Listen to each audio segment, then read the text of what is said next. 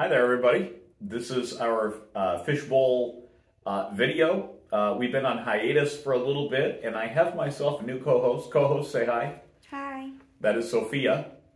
And so Sophia has gathered a couple of questions, or maybe an individual question, I'm not sure, that people have been asking a lot lately, so that we can talk about it. Soph, what questions do you have? Inflation is rising. Will the Federal Reserve continue to raise interest rates? How will that affect buyers and sellers? Okay, inflation is rising. How will that affect interest rates? It makes them go up because the Federal Reserve, as inflation's rising, the Federal Reserve, the premise of what they're doing with the raising interest rates is to lower inflation. And so as long as we see these inflation numbers go up, it means the Federal Reserve is going to continue to raise interest rates. And so, that's a bit of a headwind, particularly for real estate, because, as the interest rates rise, obviously it makes it more expensive for buyers to buy real estate. But also, and this is important, I was just talking to a lender about this, is that every increment higher that the interest rates go, some people won't qualify for a mortgage at all. Because if mortgage rates were at 3% and you could barely qualify, well, you could buy a house then. But now that they're at 4 or 5 or 6%, now all of a sudden you don't qualify at all anymore. It's too expensive. And so that's a major factor. So every increment higher they go, not only are some people going to choose not to buy a house, but there's going to be some people also that are unable to buy a house. And this all kind of, goes into the same, pot as far as, how it affects the markets and everything else. And what was the other part of the question, Steph? What was the last part? It was how it would affect buyers and sellers. Oh, yeah. Well, that's the real question that we get all the time, yeah. So as a buyer, I just kind of shared with you how it affects you. I mean, obviously, the challenge here is that it raises the cost of purchasing and owning the home. Of course, you could always theoretically refinance in the future, but I'd be really careful about that. And this is why it's not great that we hear this, that interest rates are higher, but the thing is, average interest rates over like 30 years is between 6.5% and 7%. And so even now that they're still below 6, it's still below the average. And it's likely that the interest rates are going to continue to go up. The Federal Reserve has stated, Jerome Powell spoke, I think, just a week ago or so, a week and a half ago, and he said basically they're not taking their foot off the gas pedal.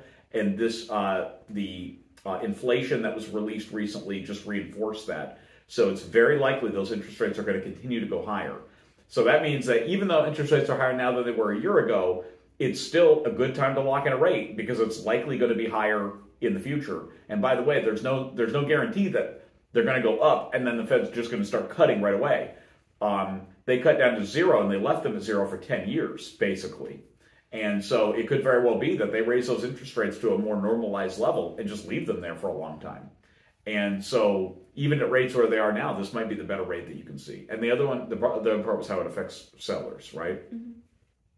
So obviously it affects you, anybody looking to sell in this environment, because it affects the demand. It affects the number of buyers in the market and how it's going to affect them and things of that nature. And sometimes I get people say to me, well, I own a home in this community where they all sell cash, or, 60, 70, 80, 90% of the sales are cash.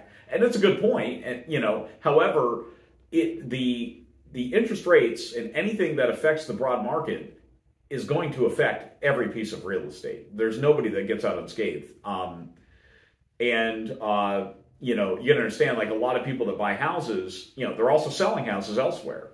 And if it's harder for them to sell, if they have to take less money, or if it takes longer for them to sell, or if they can't sell because of interest rates, if they're from New York or New Jersey or Connecticut or California or wherever they're coming from, obviously in our area, a lot of them are from the New York area, if they find it harder to sell and it costs them, it's going to affect you selling your property. There is a trickle-down effect that affects all of real estate. Nobody gets out alive, unfortunately.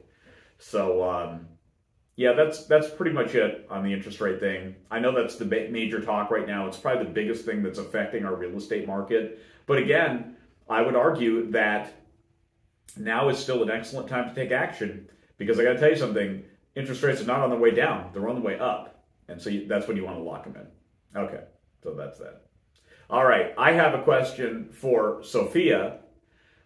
We have been on a tirade of sampling pizza across Palm Beach County and other areas of South Florida, and we eat way too much pizza.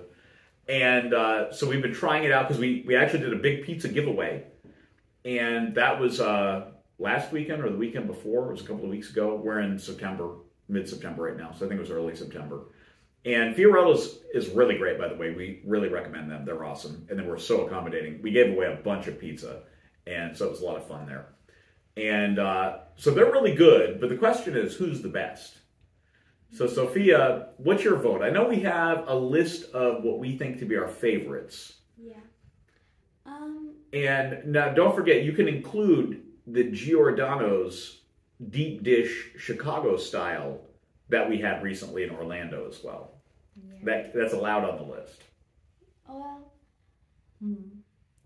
I guess I do think that my favorite is the Motor City Pizza because they had the crust.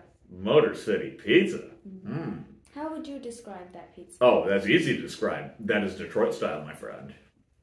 That is Detroit style. So Detroit style generally comes like kind of square in like a sheet pan or like I think it's a steel pan.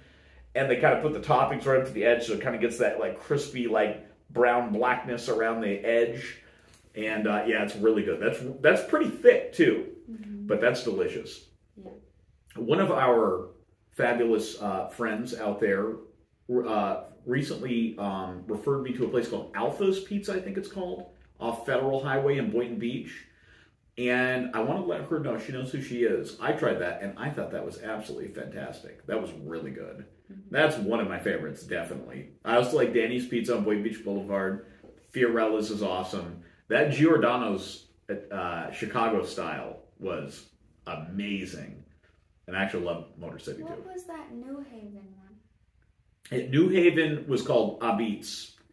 And that's in Del Rey. That was pretty good. I like that. I wouldn't say it's my favorite pizza in the area, but it is really good. And if you like New Haven style, that's definitely where you want to go around here. It's called Abit's on Jog and Atlantic, I think. Maybe it's Linton. I can't remember. It's like Jog Road. And anyway, you can Google it and find it. That was pretty good. But I definitely, like, Alpha's probably number one right now for me. Motor City is really good, too. If you like Detroit style, I suggest Motor City. And, Fiorella's and Danny's are really good, too, if you're in the West Point and the West Lake Worth area. Anyway, that's our pizza review for today. Thank you for joining us. We will be back soon. Bye.